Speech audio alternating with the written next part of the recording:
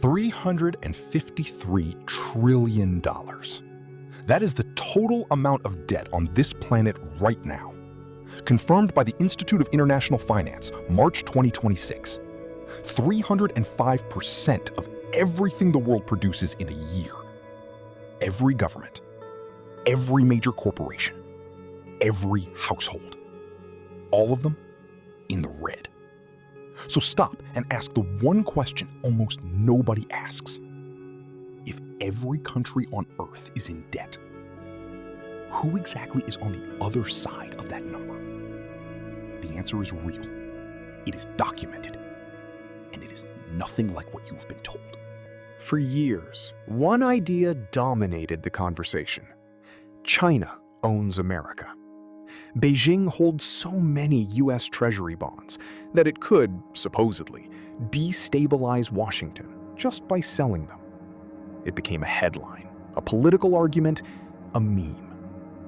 The official numbers tell a completely different story.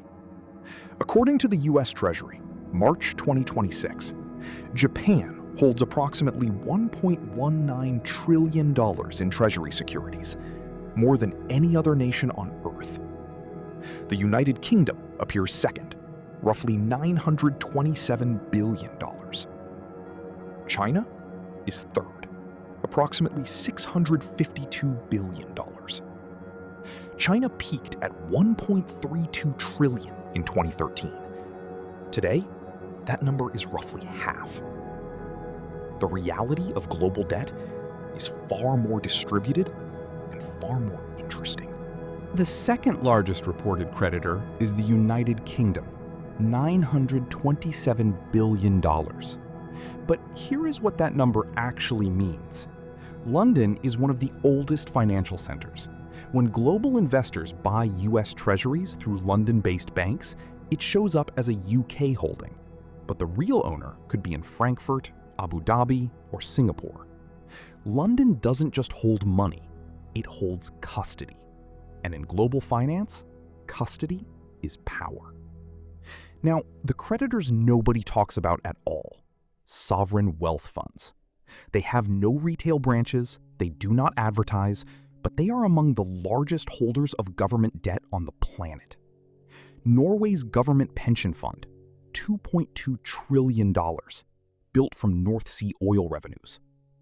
Every major developed economy has, somewhere in its creditor base, petrodollars flowing in quietly, asking for nothing but yield and stability.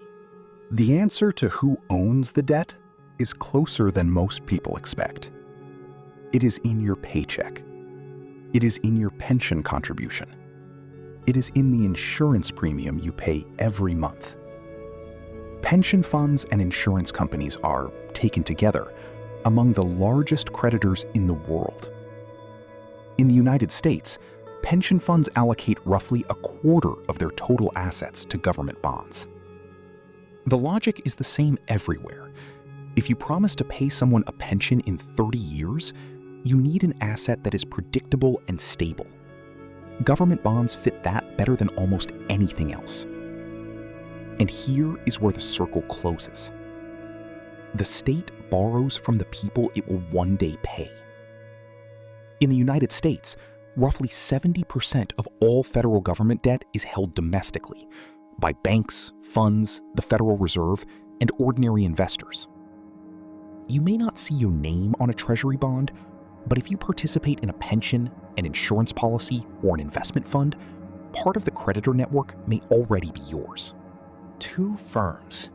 BlackRock, approximately $13.9 trillion in assets under management, end of March 2026. Vanguard, approximately $12.3 trillion, January 2026. Together, more than $26 trillion, larger than the entire United States economy. But clarity is key because it changes what this actually means. BlackRock and Vanguard do not personally own all of that money. They manage it for pension plans and millions of individual investors. Their real power? When they shift an allocation, the world's capital moves at a scale no government can ignore. They are not banks, They are not governments. But in the architecture of who holds global debt, they represent one of the largest pools of financial influence ever assembled. So who is the creditor? There is no single country hiding behind the curtain. There is no single corporation holding the planet hostage.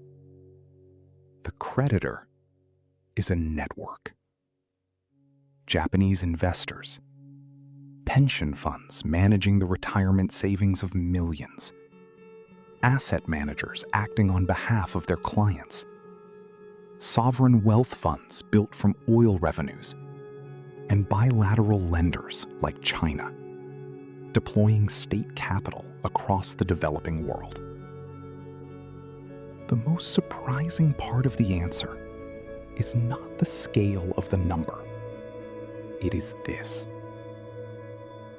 Much of the creditor may be sitting inside your own retirement account, your bank, your insurance policy, without your name ever appearing on a bond. Global debt does not disappear. It changes hands. It crosses borders. It changes currency. And eventually, in many cases, it comes back to the people who participated in the system that created it. The map of debt is the map of the modern economy. And now I want to know what you think. Does a system built this way look stable to you?